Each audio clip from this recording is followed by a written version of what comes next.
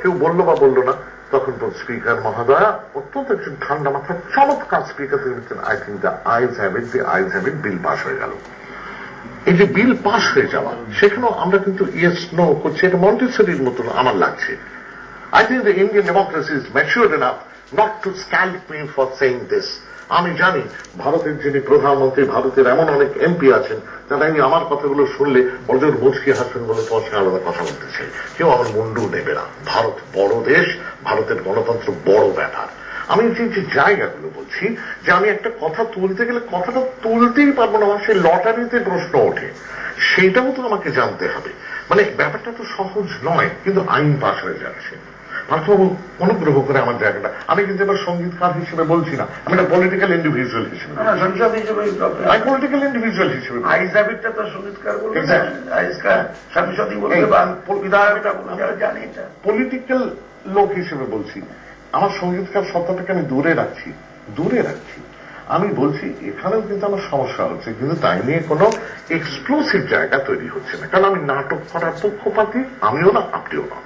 আমি এখানে একটা কথা বলতে চাই, সেটা হচ্ছে এই সমস্ত গণতন্ত্র পরিসর এগুলো আমার মনে হয় যে, এবং সেটা আমরা খুবই মানে সুন্দরভাবে আলোচনাগুলো এসেছে।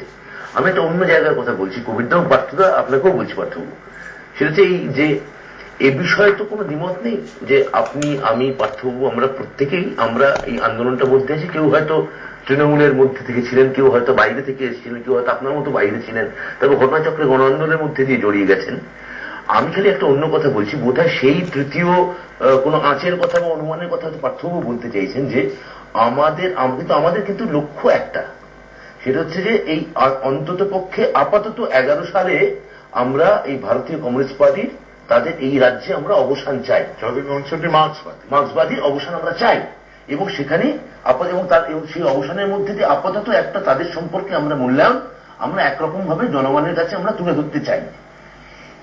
আমাদের এই যে গণতন্ত্র যে আপনি কথাটা যে বলছেন, গণতন্ত্র, ডিবেট, হেনা তেনা, তার পরিসর, এইখান থেকে কি আমাদের এই কথাবার্তা বা যে দলীয় শৃঙ্খলা নিয়ন্ত্রণ ইত্যাদি এদের মধ্যে হয়তো আপনি আমি একই কথা বলছি, তিনজনই হয়তো একই কথা বলছি, 3 রকম ভাবে বলছি, কিন্তু আমাদের মানে এরকম কি একটা কোনো সম্ভাবনা তৈরি হতে পারে যে আমাদের এই তিনজনের কথাবার্তা থেকে কোনো মানুষের মনে হতে পারে, বা যে মানুষগুলি আপনাদের আস্থা রাখছেন এবং মনে করছেন আপনাদের দিকে তাকিয়ে, এই যে আপনি যেভাবে হাত ধরে আছেন পার্থবাবু, হ্যাঁ, এই যে হাত ধরে আছেন, এই হাত ধরাটা এটার দিকেই হয়তো কোনো মানুষ তাকিয়ে আছেন এবং এটাকে বিশ্বাস করছেন, এবং শুধু তাকিয়ে বিশ্বাস করছেন। এই বিশ্বাসের জায়গাটা কোথাও কি কোনো মানুষের কাছে এইরকম একটা মেসেজ যেতে পারে, দেখো এদের কোথাও একটা মতামতের ঠিক নেই, বরং ওই পার্টিটা অনেক বেশি অর্গানাইজড, অনেক বেশি সুশৃঙ্খল, এদের মধ্যে কোনো একটা ঠিক নেই,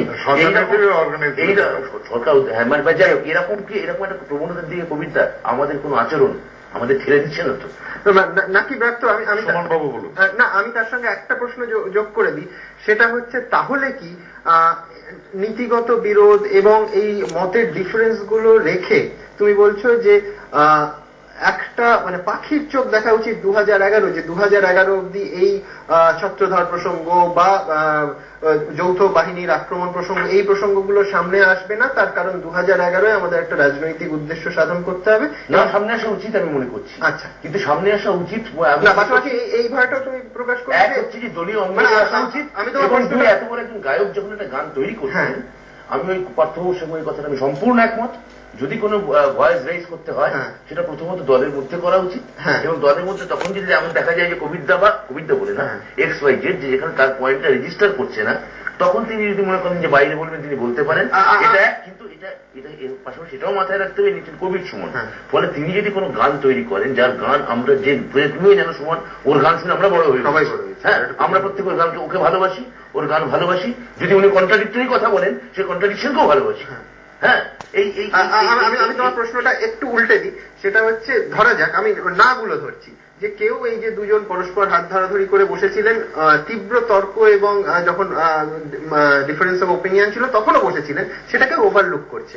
কেউ এটা দেখছে যে দেখো এরা স্টুডিওতে এসে নিজেদের দুটো ঝগড়া করছে, তরজা চালাচ্ছে।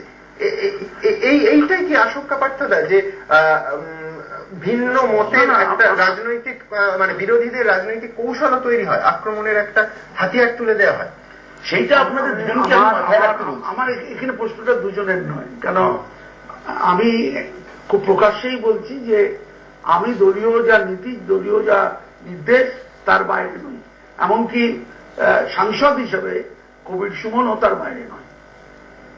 এখন সিদ্ধান্তটা আমি কতটা বিবেকের তাড়নায় বলবো, কতটা আমি দলের অনুশাসন মেনে চলবো, আর কতটা দল তার অনুশাসনকে মেনে গ্রহণ করবে, এই জায়গায় আমাদের মনে হয়েছে যেভাবে সংবাদ মাধ্যমে জিনিসগুলো আসছে, তাতে কবির সুমনের এই দ্বিতীয় পর্ব, যেটা মানুষের জন্য কিছু করা, তার থেকেও বেশি আসছে যে উনি মানতে চাইছেন না।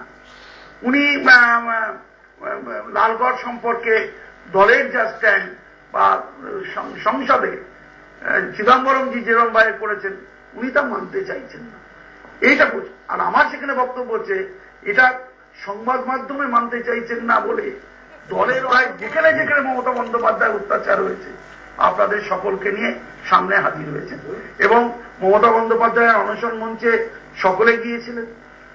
তাদের একটা ভূমিকা আছে। এবার যখন সংসদীয় রাজনীতিতে একটি রাজনৈতিক দলের ভূমিকা আছে, তার নির্দিষ্ট নীতি আছে। উনি একটু আগে যেটা বললেন, আমাদের যে ম্যানিফেস্টো, তাতে কিন্তু আমাদের কথা বলা আছে যে আমরা মাওবাদীদের নীতিকে সমর্থন করি না।